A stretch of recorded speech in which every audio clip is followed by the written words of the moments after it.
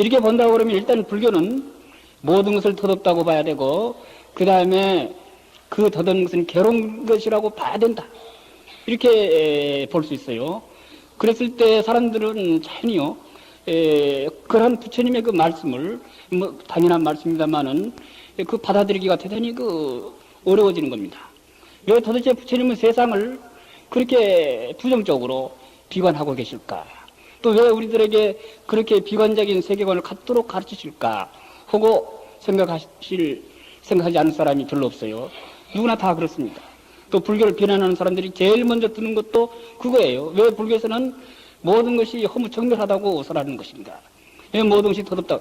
좀 더 적극적으로 우리 인간 생활을 긍정하는 적극적인 어떤 인생관을 제시하지 못하고 왜 모든 것이 더럽고 괴롭다고만 보라고 부처님은 가르치시는가? 이렇게 의아해하는 사람들이 상당히 많이 있습니다. 근데 그것은 부처님 당시에도 있었어요. 그래서 한경에 보게 되면은 부처님을 찾아가가지고 부처님에게 직접 그것을 항의하는 사람이 있는 것입니다. 부처님이 왜 모든 것을 괴롭다고 보십니까? 제가 볼 때는 세상에 태어났으니 즐겁고, 늙지 않고 젊었으니 즐겁고, 병들지 않고 건강하니 즐겁고, 죽지 않고 살았으니 얼마나 즐겁습니까? 사랑하는 사람과 만났으니 즐겁고, 미운 사람과 헤어졌으니 즐겁고, 그리고 그렇게 벌기 힘든 돈을 벌었으니 얼마나 행복합니까? 사실 우리들이 보기에 따라서는 이 세상을 얼마든지 즐거운 것으로 볼 수 있지 않습니까? 그런데 왜 부처님은 그렇게 그 반대로 괴로운 측면만 보시려고자 하시고 저희들에게 그걸 가르치십니까? 하고는 항의하는 사람이 있어요. 그때 부처님이 그 사람에게 뭐라고 대답을 했을까? 안경은 정말로 감동스럽게 대답하고 계시는 것입니다. 당신은 참 어리석은 사람이라는 겁니다. 낸들 젊은 건강과 청춘이 좋지 않은 것을 모르는 것은 아니라는 겁니다. 또 우리 인간의 생명이 영원한다고 그러면 낸들 얼마나 기쁘겠느냐 이게. 그러나 그 청춘이라는 것이 얼마나 오래 가든가, 또 인간의 건강이라는 것이 얼마나 오래 가느냐 이게. 인간의 부귀영화가 얼마나 오래 가느냐 이게. 아무리 사랑이 즐겁다 하지만은 그 영원한 사랑이 어디에 있던가. 결국은 아무리 사랑한다 하더라도 갈 때는 헤어질 겁니다. 또 살다가도 이혼하는 경우도 있는 거예요. 이렇게 볼 때 정말로 인간이 즐거움이라고 집착하는 그런 대상은 사실은 덧없는 것입니다. 따라서 나도 그렇게 보고 또 너희들에게 가르치는 게 아니겠느냐 이게. 모든 것이 덧없으니까 덧없는 것은 괴로운 것이라고 말하고 있을 뿐입니다. 그 다음에 이제 부처님은 결론적으로요, 그렇게 모든 것이 덧없고 괴로운 것이라면은 그것은 나라고 할 수 없지 않겠느냐. 이렇게 부처님은 결론적으로 말씀하고 계신 것입니다. 결국은 우리들이 나라고 하는 것은 그 뭐냐 이게야. 나라고 하는 것은 그것은 내가 어머니 배에서 태어날 때도 나고 지금도 나고 죽어갈 때도 나인 것입니다. 그 나라는 것은 한결같은 것이에요. 따라서 나라는 것은 영원성을 띄어야 되는 그런 성격을 띄는 것이 나인 것입니다. 또 나라는 것은 내가 마음대로 할 수 있는 성질을 띄어야 돼요. 이렇게 하고 싶으면 이렇게 할 수 있고 저렇게 하고 싶으면 저렇게 할 수 있는 것이 바로 나인 것입니다. 나의 집 하면은 그 집은 내가 마음대로 할 수 있어요. 나무 집 하면 내가 마음대로 할 수가 없어. 또 나무 집 전세를 살아보면은 자기 집이 아니니까 마음대로 안 돼요. 답답한 겁니다. 그래서 사람들이 전세방 사는 사람들이 전세방 탈출 작전을 하자 하는 것입니다. 자기 집 살아야만 뭐 오둑마가 하더라도 자기 집을 살아야만 마음이 편하거든. 그런데 자기 것이 아닌 것은 왜 그렇게 괴롭냐 이게야. 마음대로 안 되니까. 그래서 괴롭다 하는 그 말 속에는 그것은 내 마음대로 안 된다는 말이고, 내 마음대로 안 된다는 것은 그것은 나라고 볼 수 없는 것이다. 따라서 모든 것이 덧없다니까 영원한 것이 아닌 것이고, 또 그것이 괴로움이라 그러니 내 마음대로 할 수 없는 것이거든. 그러니까 나라고 할 수 없는 것이다. 이 명백한 사실이에요. 그래서 이것을 불교에서는 세 가지 두드러진 특징이다. 이렇게 해서 삼법인이라고 말하고 있는 것입니다. 그래서 암행에 보게 되면 가장 기초적인 법문으로 또 부처님이 가장 강조하셨던 그러한 법문, 그러면은 그것은 모든 것은 12가지에 들어가고 그 12가지는 어느 것이나 다 덧없는 것이요. 덧없는 것은 괴로운 것이요. 괴로운 것이니까 그것은 나라고 할 수 없다. 이게 이제 우리들이 불교 공부하는 사람이 세계를 어떻게 봐야 될 것인가, 인생을 어떻게 봐야 될 것인가, 우리 주변을 어떻게 봐야 될 것인가, 이 봄의 문제인 것입니다. 인도에서는 철학을 다르사나라고 그래요. 다르사나라는 말은 아주 쉬운 말입니다. 뭐 철학 그러면은 대단히 무슨 서양 말로 하자면 필로소피라게 해가지고 무슨 애지라 무슨 지혜를 사랑한다 하지만은 인도 사람들이 말하는 다르사나라는 말은 대단히 쉬운 말이에요. 봄이란 뜻입니다. 뭐 봄날 겨울 봄은 봄은 아니고 그냥 우리들이 본다 얘기야. 세상을 어떻게 보느냐의 문제입니다. 결국 불교도 일종의 봄입니다. 그 세상을 어떻게 봐야 되느냐, 그러한 문제인데, 그러한 그 봄에서 가장 기본적인 불교적인 봄은 이제 막 말씀드린 12처설과 삼법인설로 구성이 되는 것입니다. 그래서 일체는 12처로 일단 분류해야 되고, 그러한 12처의 낱낱은 다 세 가지 두드러진 성격을 띠고 있는 것이다 하는 것을 부처님은 아한경에서 정말로 아마 아한경을 여러분들이 한번 읽어보시면은 실감이 나실 것입니다. 얼만큼 그 말이 많이 되풀이 되고 있는지, 아한경은 전부 그런 소리만 하고 있는 거로구나 할 정도로 그 말이 표면에 많이 되풀이 되고 있는 것입니다. 근데 이제 여기까지는 그래도 괜찮아요. 지금부터가 문제입니다. 그런데도 중생은, 우리 범부 중생들은 그 사실을 받아들이지를 않아요. 아까도 말씀드렸습니다마는 더듬는데도 그것을 영원한 것처럼 생각하려고 그래요. 자기가 가령 어떤 돈을 벌면은 그 돈이 영원히 자기 돈인 줄 알고 있어요. 어떤 권리를 잡으면 그 권리가 영원히 자기 권리인 줄 알고 있어요. 자기 몸뚱아리가 영원히 자기 몸인 줄 알고, 절대로 더럽다는 것을 받아들이려고 하지 않아. 꼭 반대되고 있는 거죠. 그 다음에 괴로운 것인데도 억지로 즐거운 것으로만 보려고 하는 게, 아파도 자기 몸은 그래도 좋다고 가꾸려고 하는 것입니다. 이게 중생심인가는 몰라. 어쨌든 꼭 반대로 괴로운 것을 즐거운 것으로 보고자 하는 것이 우리 중생들의 마음인 것입니다. 따라서 내가 아닌 것을 나라고 악착같이 생각하는 것입니다. 도저히 부처님의 눈으로 볼 때, 또 우리들이 객관적으로 생각해 볼 때 나라고 생각할 수 없는 것을 우리들은 반대로 그것이야말로 나라고 생각하는 것입니다. 여기서 자기가 무엇을 나라고 하는가 한번 생각해 보세요.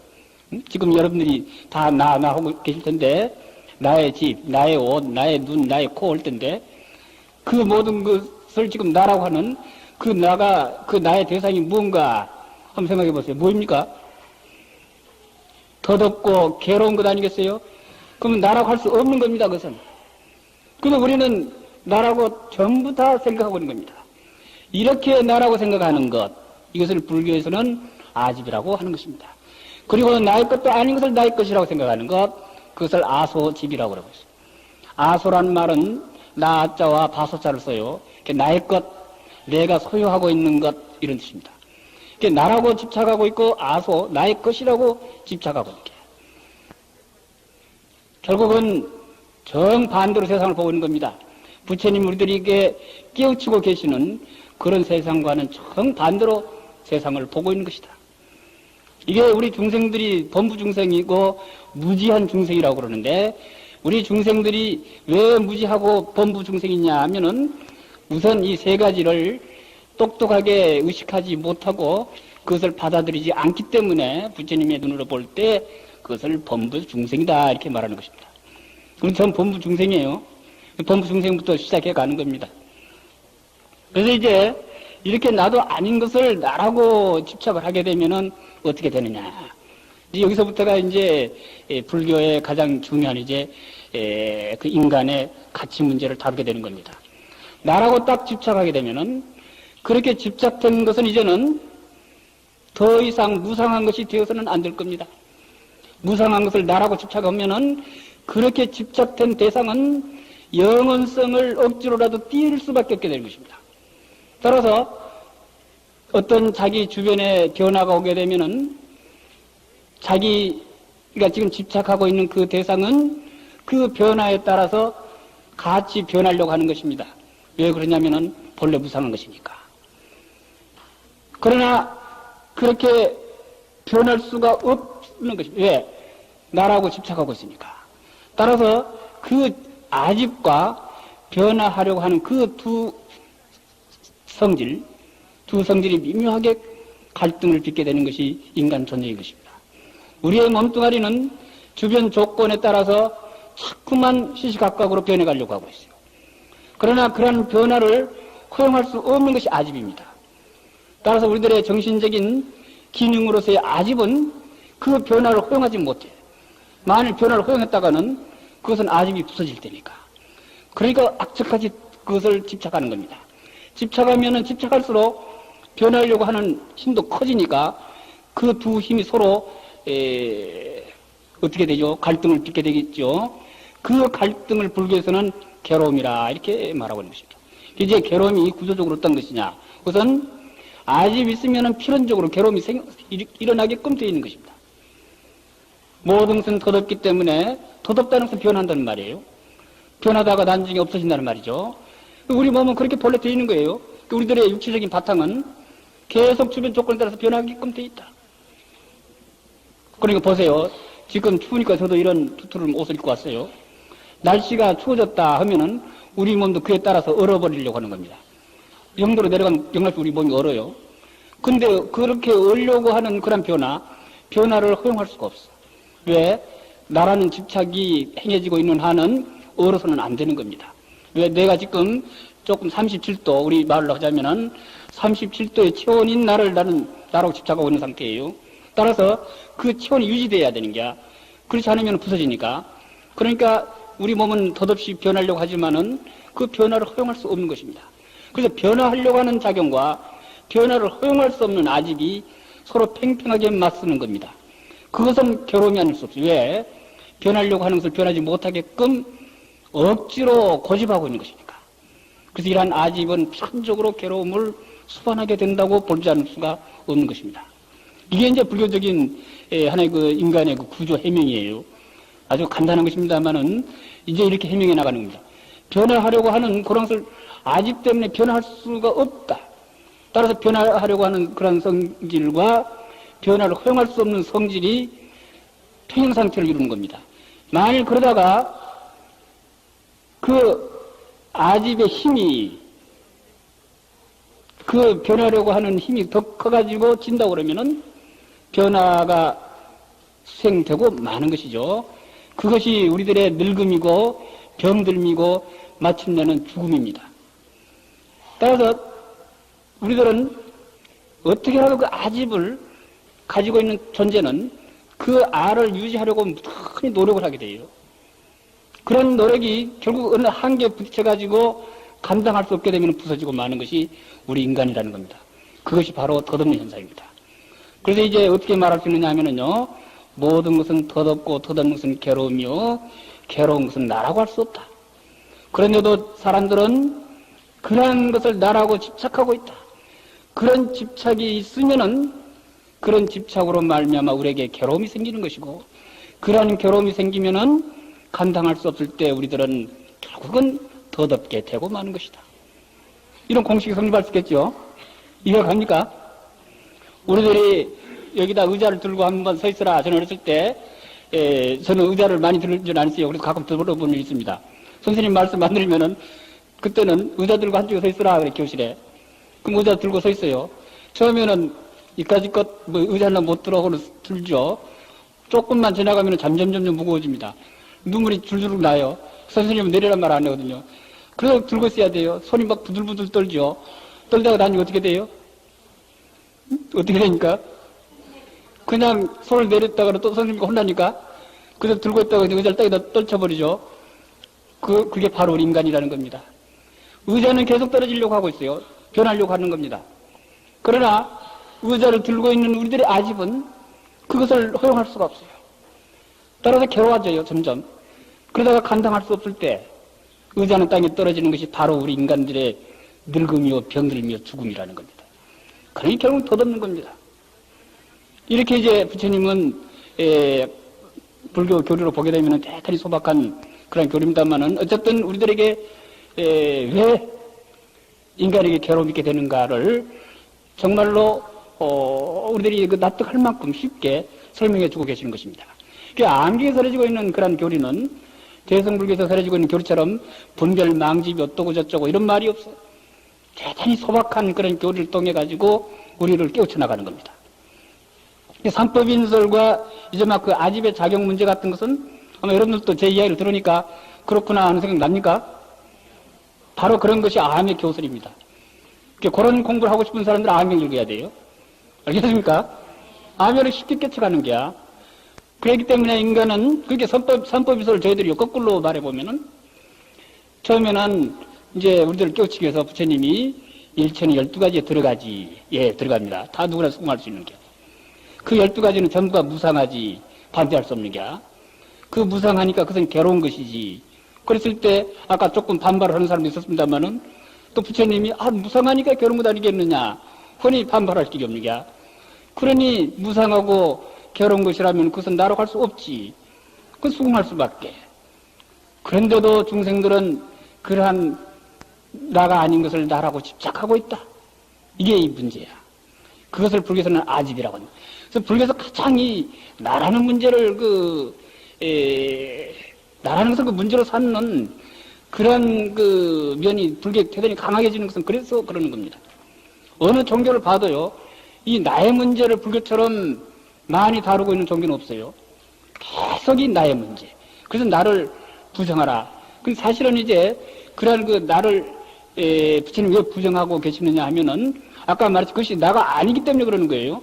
이제 앞으로 참다운 나가 무엇이냐는 이제 새롭게 이제 찾아야 되겠죠.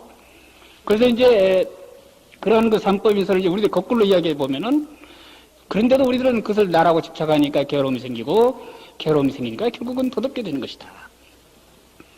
그래서 삼법인설 거꾸로 하는 그러한 경도 암이 많이 나옵니다. 삼법인설을 처음에 순서대로 일체는 더덥고 더없는 것은 괴로움이요 괴로운 것은 나라고 할 수 없나니라 하는 경전이 많이 나옵니다만은 또 거꾸로요. 나라는 것이 있기 때문에 우리들은 괴로움이 생기고 괴롭기 때문에 결국은 내가 어쩔지 못하는 그런 극황 상황에 이르게 되는 것이라 하는 그러한 경전도 상당히 많이 암에서 우리들이 살펴볼 수 있는 것입니다.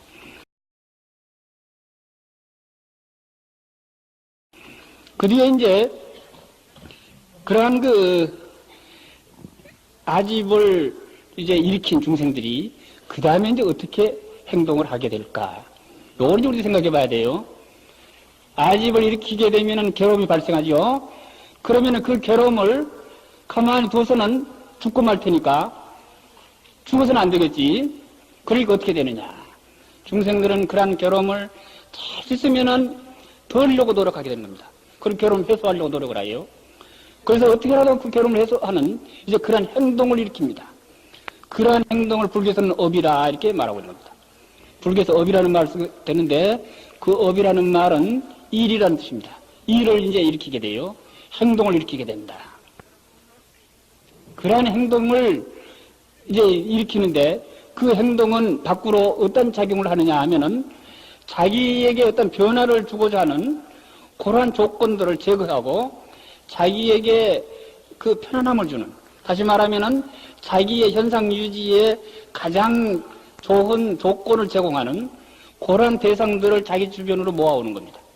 그러니까 자기에게 괴로움을 주는 놈은 밀어내요. 밀어내고 자기의 괴로움을 덜어주고 즐거움을 자기에게 줄 것. 그러니까 괴로움을 준다, 즐거움을 준다는 것은 아집을 지탱해 나가는, 아집을 지속해 나가는데 조금 편한 조건, 또 그러지 못한 조건으로 우리들이 말할 수 있어요. 그러니까 중생들은 이제 어떻게라도 자기 몸에 편안함을 위해서 밖으로 작용을 하게 돼. 밖으로 작용을 해가지고 괴로움을 주는 조건은 또는 대상은 전부 제거해버리고 말아요. 그러고는 즐거움을 주는 조건만 끌어모으는 게 이게 우리 인생들의 활동입니다. 인간 활동을 한번 가만히 보세요. 그 위에 다른 활동이 있습니까? 뭐더라 아침에 그 많은 버스를 타면서 버스 타고 직장에 갑니까? 돈 벌려고 그러죠? 그 돈 벌지 않았다가는 연탄 살 돈도 안 될 테니까. 조금 괴로움을 참으면서라도 억지로 일을 하는 겁니다. 그것은 조금 더 큰 편안함을 추구하기 위해서.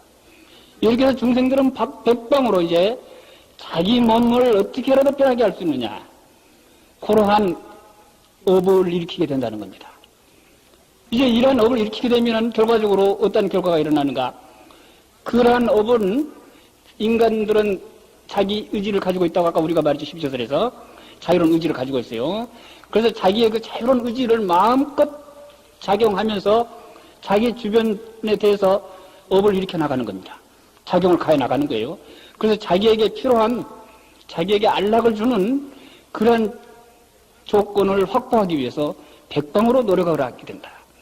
그래서 이러한 업을 일으키게 되면은요, 자연히 이제 그 주변 조건, 다시 말하면은 아까 12처설로 말하자면 무엇에 해당되겠습니까? 자기 주변은 12처설에서 육근과 육경이 다 들어가나니라 했을 때 육근이 그러한 업을 일으키게 되면은 그러한 업이 작용하는 그러한 대상은 뭡니까?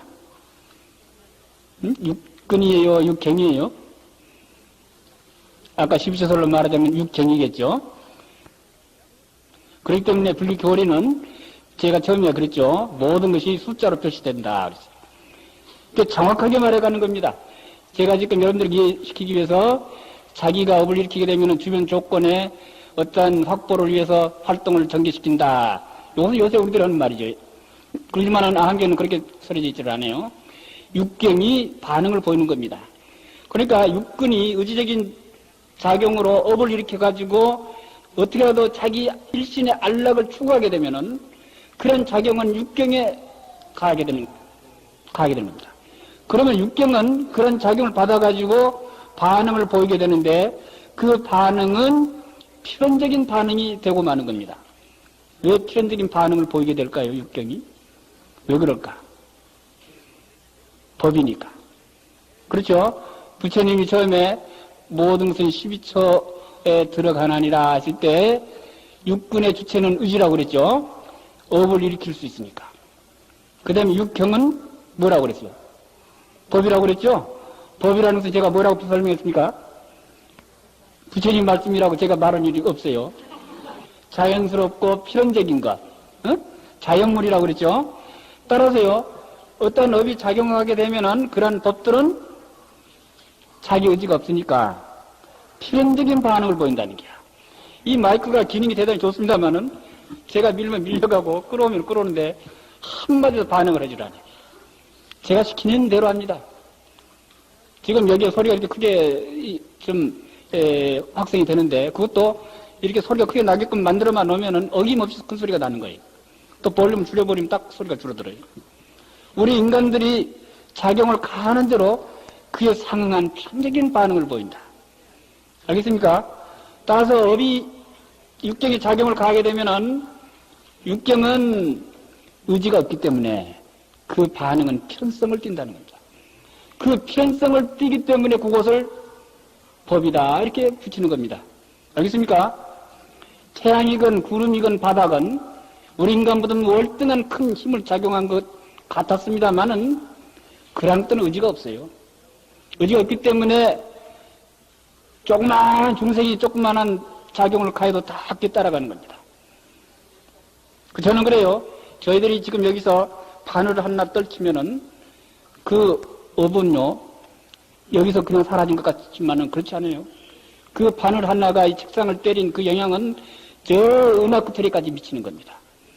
이렇게 해서 모든 중생들이 일으키는 업은 중중무진하게 영향을 미쳐 나가기 시작해요. 그래서 커다란 태양이건 바다건 그런 것들이 막 움직여가지고 우주가 성주 개공하게 되는 겁니다. 업력이라는 것이 엄청나게 큰 힘을 작용을 해요. 원자탄이 무슨 힘을 가지고 핵폭탄이 무슨 힘을 갖습니다마는 그런 것도 다 우리 인간들이 업으로 만들어낸 거예요. 그런 것들이 아무리 큰 힘을 가지고 있다 해도 가만히 두면은 영원히 가만히 있는 겁니다. 누군가가 단추를 눌려 터져요. 그 단추를 눌리는 힘은 조그마한 힘이에요. 조그만 힘 누릅니다만 그렇게 엄청나게 커지는 겁니다. 업이라는 게 뭔가 알겠죠? 그러한 업에는 반드시 그에 상응한 결과가 나타난다. 그래서 업인과 과보라고 그래. 그것을 업의 인이 있고 그러한 업인이 육경에 작용을 하게 되면은 육경이 그의 필연적인 반응을 보인다. 그래서 이것을 하나의 결과라고도 볼 수 있고 그러한 업의 대가라고도 볼 수 있는 겁니다. 그래서 그것을 과보라는 말로 표현하고 있는 겁니다. 그래서 모든 업인에는 반드시 그에 상응한 과보가 있다. 이 말 이해할 수 있겠습니까? 참 공부를 잘 하신 것 같아요. 금방금방 이해하신 거 보니까. 근데 그렇게 일이 이제 쉽게 풀리느냐 하면 그렇지를 않아요. 곤란한 문제가 또 거기에 있습니다. 의지가 없는 자연물이면은 그 법칙이 어김없이 성립합니다만은 우리 인간이 대하고 있는 대상에는 그런 자연물만 있는가? 그 대상 속에는 또 의지를 가진 남이라는 것이 존재하고 있습니다. 이 문제가 복잡해지는 게야. 지금 A라는 사람입니다, 저는. 여기에 B, C, D, E에 여기 보면 지금 몇백 명이 앉아 계시는데 제 주변에는 이런 마이크나 이런 책상만 있는 게 아니고 다른 중생들이 또 있다는 게야. 다른 의지를 가진 자들이. 그런 의지 있는 중생에게 제가 작용을 가하면은 그 반응은 어떤 형태를 띠게 될까? 요걸 생각해 봐야 되는 게야. 자연물에 작용하는 것은요, 어김없이 반응을 보여요. 그럴 때는 자연과학이 성립하는 겁니다. 그러나 한 의지를 가진 자가 다른 의지적 존재에게 작용을 가했을 때도 그런 반응이 필연성을 띈다고 볼 수 있을까? 있을 것 같아요? 안 되죠? 왜 안 됩니까? 의지가 있으니까. 받아도 내가 하기 싫어 그러면 안 할 수 있어요. 저리 가라 해도 물건 같으면 제가 밀면 갈치지만은 의지를 가지고 있는 자는 밀기는 왜 밀어? 불 거꾸로 반항할 수 있는 게야. 그 뜻대로 안 돼요. 이게 문제가 되는 겁니다. 따라서 이제 부처님은 이 문제를 살피시는 겁니다. 불교라는 게요, 참 치밀합니다. 그냥 막연한 이야기는 하지 않아. 항상 구체적으로 생각해 나가는 게야.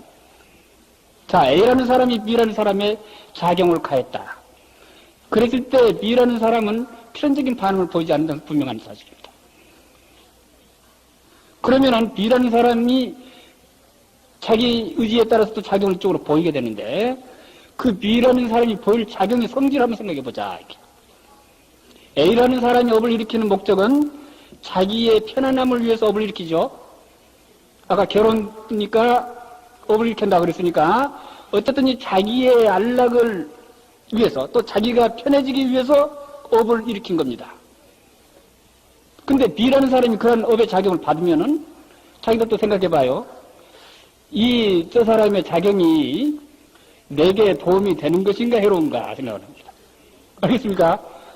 생각해 봐서 내게도 편한 일이구나 하면은 따라가겠어요? 안 따라가겠어요?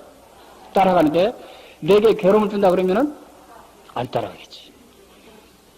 내게 편안함을 주느냐 안 주느냐 생각하는 겁니다. 그러면 이제 명백해지는 게야. 내가 저 사람을 내 뜻대로 되게끔 일을 시켜야 되겠는데 시키더라도 내 이익만 생각해서는 저 사람이 안 따라옵니다. 그러면 저 사람을 내 뜻대로 따라가게 하고자 하면 어떻게 해야 돼요? 저 사람 뜻까지도 같이 이해해줘야 되거든요. 그렇죠? A라는 사람이 B라는 사람의 공동이익을 위해서 업을 일으킨다고 그러면 저 사람 따라옵니다. 그러나 이기적인 이익만 이해한다면 절대로 안 따라와. 오히려 저 사람이 이 녀석 금방 주는입니다, 이게야. 그래서 오히려 이 사람을 더 그냥 나쁘게 만들어버리는 게야. 저쪽에서 오히려 더 강한 의지를 작용해가지고 자기를 오히려 거기에 따라가게끔 만들어버리는 겁니다. 따라서 이제 우리들이 이런 말을 할 수 있는 겁니다. 업에도 두 가지가 있는 것이다. 자기 이기주의적인 안락만 위하는 업과 다른 사람의 안락까지 함께 위하는 큰한 업의 두 가지를 생각할 수 있을 것입니다.